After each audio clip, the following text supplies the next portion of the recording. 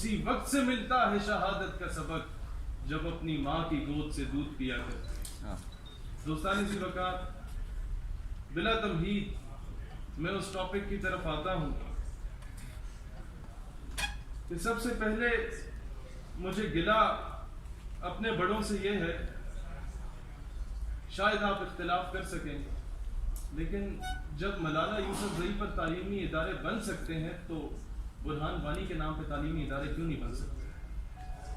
ہماری قوم کے اصل فرزند اور اصل بیٹے، ان کے نام پہ تعلیمی ادارے کیوں نہیں بن سکتے؟ ڈاکٹر عافیہ صدیقی کیا قوم کی بیٹی نہیں، اس کے نام پہ تعلیمی ادارے نہیں بن سکتے؟ اپنی اصل کی طرف آنے کی ضرورت ہے، نمبر 1. نمبر 2، کشمیر کا ایشو تب ریزالو ہو سکتا ہے جب ہم ہر ایرے غیرے سے مانگے تانگے کی 2 روٹیاں جو مانگ کے کھا رہے ہیں معذرت کے ساتھ، اس کو مسترد کریں گے اور حق حلال کی آدھی روٹی پہ گزارا کرنا شروع کریں گے، تب صحیح معنوں میں آواز بلند ہو سکتی ہے کشمیری. نمبر 3، ہماری تاریخ اس بات کی گواہ ہے کہ کیا جب محمود غزنوی ہندوستان گئے اور سومناتھ کے بت کو توڑنے لگے تو کیا پورے برے صغیر کے سونے ہیرے جواہرات ان کے قدموں میں نہیں رکھے گئے تھے کہ جناب آپ فائنینشلی طور پہ کمزور ہیں، فائنینشیل کرائسس ہیں آپ مسلمانوں پر، یہ وصول کیجئے، لیکن سومناتھ کے بت کو کچھ نہ کہیے. اب کمپیئر کریں برہان کو ان کے ساتھ. محمود غزنوی رحمت اللہ علیہ نے جواب دیا کہ جناب اگر آج میں اس بت کو بخش دوں تو آنے والی نسلیں مجھے محمود بت فروش کے نام سے جانیں گی، بت شکن کے نام سے نہیں جانیں گی. یہ درس آج ہمارے حکام بالا کو بھی، نوجوانوں کو بھی، اسپیکرز کو بھی دینے کی ضرورت ہے کہ ہمیں اب روایتی باتوں سے نکل کے عملی میدان میں آنے کی ضرورت ہے. آپ میرے گھر پہ قبضہ کرتے ہیں اور میں آپ کو یہ پیس آف پیپر اٹھا کے دیتا ہوں، یہ میں اب یونائٹڈ نیشن کی مثال دے رہا ہوں، اور میں کہتا ہوں جناب اس پہ میں نے 4 پڑوسیوں کے سگنیچر لیے ہیں، آپ میرا گھر جو مجھ پہ قبضہ کیا وہ واپس کر دیں پلیز. تو آپ کر دیں گے جناب؟ آپ تو بہت بڑے قابض آدمی ہیں، آپ کے پاس پیٹ میں قوت بھی ہے، آپ کے پاس تو ہتھیار بھی ہیں، 7 لاکھ کی فوج آپ نے میرے گھر میں لا کے کھڑی کر دی، آپ گھر واپس کر دیں گے؟ نہیں جناب، قراردادوں سے نہیں ہوگا کہ یہ منتیں کر کے جی پلیز سائڈ پہ ہو جائے. جب تک میں گربان سے پکڑ کے نہیں نکالتا نا جناب، یہ تھوڑی سی کوشش ہی کر لیتا ہوں، تب تک آپ نے بھی میرا گھر نہیں چھوڑنا. دس از دا اونلی سولوشن. میں کیونکہ میں گورنمنٹ کا نمائندہ تو ہوں نہیں تو میں تو بول سکتا ہوں.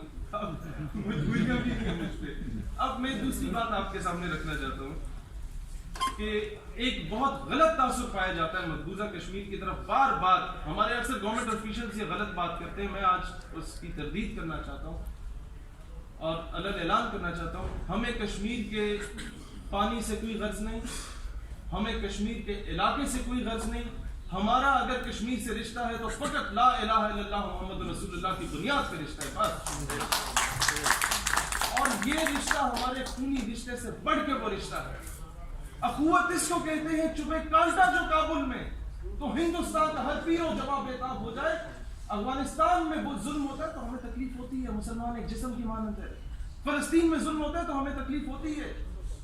جب لیبیا، سیریا، برما جہاں ظلم ہوا ہمیں تکلیف ہوئی، اور جب کشمیر میں ظلم ہوتا ہے تو ہمارے ہی نوجوان کبھی برہان وانی کی صورت میں اٹھتے ہیں، کبھی ملان وانی کی صورت میں اٹھتے ہیں. اور یہاں کے جو نوجوان اٹھتے ہیں، میں ان کا صرف بھرم رکھنے کے لیے نام نہیں لینا چاہ رہا، ورنہ یہاں سے 8000 شہادتیں ہمارے ایک دوست نے دی مقبوضہ میں، 6000 شہادتیں ہمارے دوسرے دوست نے دی وہاں پر، جنہیں ہم لوگ انٹرنیشنل پریشر میں آگے دہشت گرد کہہ رہے ہیں معذرت کے ساتھ.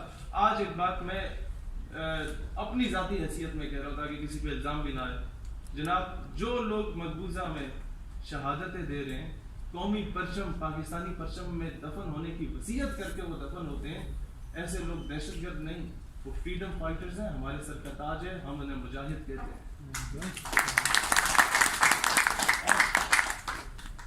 باضابطہ طور پہ دیکھیں، کچھ چیزیں ہوتی ہیں جو آپ کو بڑا کیٹیگوریکلی ہمیں کہنے کی ضرورت ہے، اور ہم نے اپنے بڑوں سے سبق نہیں سیکھا.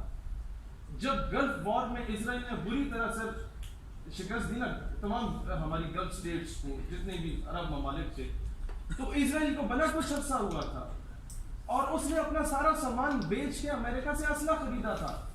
اور ایک نیو یارک ٹائمز کا نمائندہ اسرائیلی صدر یا وزیر اعظم تھی, اس سے پوچھتا گولڈا مائر سے کہ جناب آپ نے سب کچھ بیچ دیا, اسلحہ خرید لیا, مسلمانوں کو شکست دی, یہ درس کہاں سے ملا؟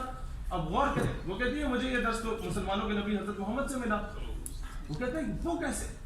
کہتے ہیں میں جب ان کی زندگی کے بارے میں پڑھ رہی تھی تو مجھے یہ سبق ملا کہ جب آپ کا ظاہری وصال ہوا, پردہ فرما گئے ظاہری طور پہ, تو گھر میں چراغ جلانے کے لیے تیل موجود نہیں تھا, لیکن گھر کی دیوار پہ 9 تلواریں لٹک رہی تھی.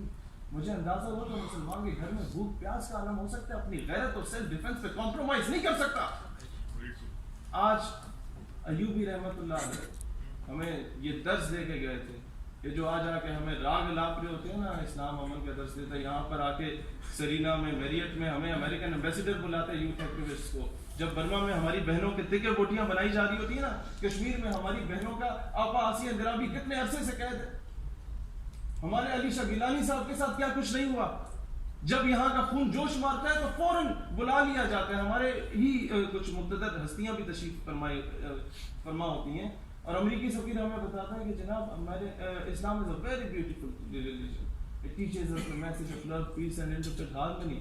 بندہ بولے کہ انکل جان یہ میسج جا کے آپ نیٹو فورسز کو دے دیں, یہ میسج جا کے آپ اسرائیل کو دے دیں یا بھارت کو دے دیں. ایوبی رحمت اللہ علیہ نے کیٹیگوریکلی کہا تھا میں نہیں جانتا اسلام امن سے پھیلا یا تلوار سے پھیلا, ہاں یہ ضرور جانتا ہوں قیامت تک اسلام کا دفاع ہوگا تو تلوار سے ہوگا, جھک کے دفاع نہیں ہوگا. جھک کے مسئلہ ٹھیک ہے بہت ضروری ہے, you have to survive in the committee of nations, but sometimes you have to retaliate also. آپ کو جواب بھی دینا پڑتا ہے. اور دوسرا یہ اکثر لوگ ہمیں آ کے مایوس ہو جاتے ہیں کہ اب کیا ہوگا, مزید کتنی قربانیاں دینی پڑیں گی. میں یہی جب حضرت اقبال سے سوال کرتا تھا, اقبال سے اس دور میں بھی دنیا نے سوال کیا جب سلطنت عثمانیہ پہ زوال آیا نا سر, انہوں نے کہا خون کی روسی بابا جی, he replied عثمانیوں پہ کوہ غم ٹوٹا تو کیا غم ہے, خون 100,000 انجم سے ہوتی ہے سر پیدا, صبح ہونے سے پہلے لاکھوں ہزاروں ستاروں کو اپنی جانوں کا نذرانہ دینا پڑتا ہے, تب جا کے فتح کا سورج طلوع ہوتا ہے. تو انشاءاللہ یہ دن دور نہیں ہے کہ سمجھے گا زمانہ تیری آنکھوں کے اشارے, دیکھیں گے تجھے دور سے گردوں کے ستارے. لیکن آج ہمارے حکام بالا کو بھی ٹویٹ سے نکلنا پڑے گا. ہمارے ووٹوں سے الیکٹ ہوئے ہمارے وزیر اعظم محترم محتشم سارے الفبات, کیونکہ آج کل تو دیکھیں ایک بات ہے, کیوں برہان وانی جیسا نوجوان, میرے سامنے وہ دوست بھی بیٹھے ہیں جن کے سامنے ایک طرف بیٹ تھا ایک طرف بندوق تھی, تو انہوں نے بندوق کو چن لیا تھا. میرے سامنے کئی ایسے لوگ بیٹھے ہیں جو کہ پی ایچ ڈی اسکالرس تھے, ایسے لوگ تھے جن کیا وجہ بنتی ہے جناب قلم چھوڑ کے وہ بندوق اٹھا لیتے ہیں. کیوں؟ کیونکہ انہوں نے کوئی دروازہ نہیں چھوڑا انٹرنیشنل لیول پہ جس کو دستک نہ دیو کہ میری بہن کی عزت کو پامال کیا گیا, جس کو دستک نہ دیو کہ جناب میرے بچوں کو بھوکا پیاسا مارا گیا, جن کو دستک نہ دیو کہ جناب ہم نے صرف جرم یہ تھا کہ پاکستانی پرچم ہم اٹھاتے تھے, صرف جرم یہ تھا کہ اس پرچم میں دفن ہوا کرتے